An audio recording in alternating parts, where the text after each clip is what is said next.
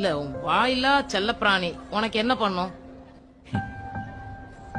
இது இந்த மனுஷங்க மாதிரி கண்டதை பார்த்து பேசிக்கிட்டு இந்த ஸ்டேட்டஸ பார்த்து பழகிக்கிட்டு இந்த பொய் சொல்லிட்டு எல்லாம் இருக்காது. உண்மையான அன்பை காட்டும். எனக்கு அதுவே போதும்.